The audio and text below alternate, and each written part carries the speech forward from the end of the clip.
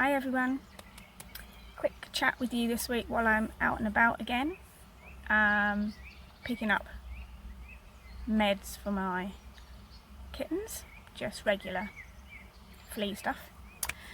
I thought we'd have a quick chat this week about what learning looks like. So I've been thinking a lot recently about how unschooling is a journey, and part of that journey for us particularly as adults, and sometimes for the children if they've been in school, particularly if they've been in school, is about changing and challenging our perception on how things work. So this week I thought we'd just have a quick look at what learning looks like outside of school. Okay, so most of us, I'm guessing, have probably been through the school system and have learnt in a traditional curriculum-based, teacher-led environment. So I thought it'd be good for us to see if we can try and make a shift a little bit in our thinking between the way we ourselves were educated and consider some alternatives. So I thought we'd start with learning happens all the time. So you can learn stuff when you're in the bath. The kids can learn stuff when they're in the bath, playing with their toys. They can learn basic stuff like floating and sinking. You can get all kinds of toys for the bath. My guys like to take their Barbies in the bath, comb their hair, play stories, that kind of stuff. You can learn stuff while you're making lunch. It can just be chatting together, or it can be the act of actually making a meal. You can learn stuff when you're playing in the woods. You can collect sticks and stones and climb trees and look at the different shapes of leaves and flowers and watch the seasons pass by. You can learn stuff watching YouTube. There's a whole host of stuff on YouTube for kids that they can watch and learn from. You can learn stuff while you're folding the laundry. You know, littlies can pair socks. You know, in school they might be asked to do like a little cut out the socks and stick together the pairs. You know, at home they can do that as part of life and everyday life. You can sing songs, you can build Lego. Everything your child is doing contributes to their learning. Even when they are asleep, their brain is making connections and revisiting ideas and events from the day and contributing to that process of learning. Okay, so learning happens all the time. Next, learning happens everywhere. So museums, play parks, libraries, lying on your bed, bouncing on an exercise ball, sitting at the table, doing handstands on the sofa. Okay, there isn't a place where learning can't happen. You can learn from anything. Okay, so not just traditional or marketed educational supplies and toys, but everything has educational value. Okay, so books, people, TV, nature, toys, household tasks, everything has learning capacity to help you and your children learn. Okay, you can learn anything. So this is the next one. You can learn anything at the time that you want to learn it. Okay, so if your 4-year-old wants to learn about dinosaurs, you can learn about dinosaurs. If your 9-year-old wants to learn about World War I, then you can run with that and you can learn about World War I. If your 7-year-old wants to look deeper into Tutankhamun, You have the space in your life to be able to do that. You're not restricted by subjects, you're not restricted by topics, you're not restricted by graded material and curriculum, and you're not restricted by the idea that something has to be linear, that you have to learn whatever it is you choose to learn in a certain order.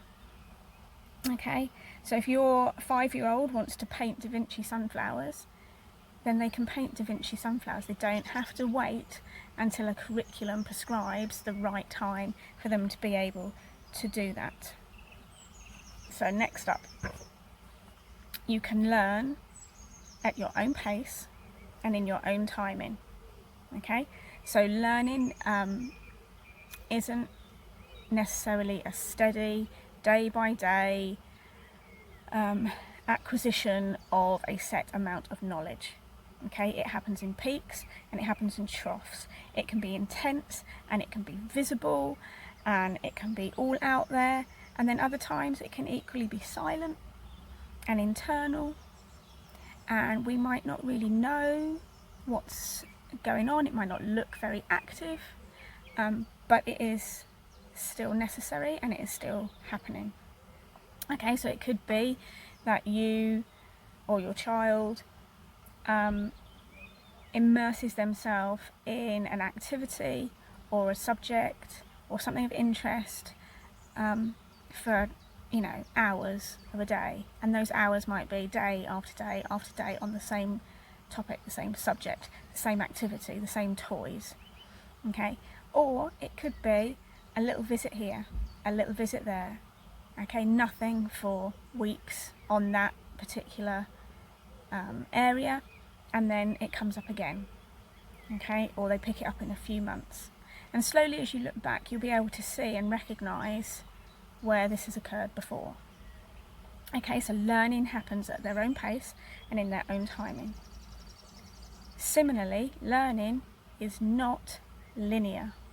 Okay, it doesn't happen that you start at A and then you go to B and then you go to C, and that is not the same process for every single child. Every single child's journey is different. They will follow their own learning pathways, they will ask their own questions, they will make their own connections. Okay, which rather brings me on to the fact that learning belongs to the learner. Okay, whatever we observe our children are doing and whatever we deduce that they might be learning, we can never actually be certain. Okay, it's their journey and it's their connections and it's their learning. Their learning belongs to them. And lastly, learning looks fun. It's enjoyable. Okay, our kids' lives are good. They are intrinsically motivated to learn. They have an insatiable curiosity that drives them on, and they enjoy what they are doing. Humans are capable of learning without school. Children are born learners. The conventional education system that we were probably brought up in, and some of our children may have been part of for a while, it's actually a relatively new invention. It might be 100 and 150 years old, but in the time span of human existence, it's quite a new thing. Previous to this, people were equally skilled as we are now, and they mastered and discovered incredibly complex ideas. We have an innate ability to discover more about the world around us from the moment we are born, and our children will continue to follow that need to find out more about the world around them. And really, as unschoolers, I would encourage you to trust this natural learning process, to watch your children loving what they're doing and enjoying what they're doing, and to realise that they are learning happily without school. And I would also encourage you to support them on their individual journeys. So I've written a little bit more about this on the blog, so you can follow the link to that, which I'll obviously put below, and we'll have a little think about what other things we need to change our perspective on in the future so that unschooling can be a success for our families.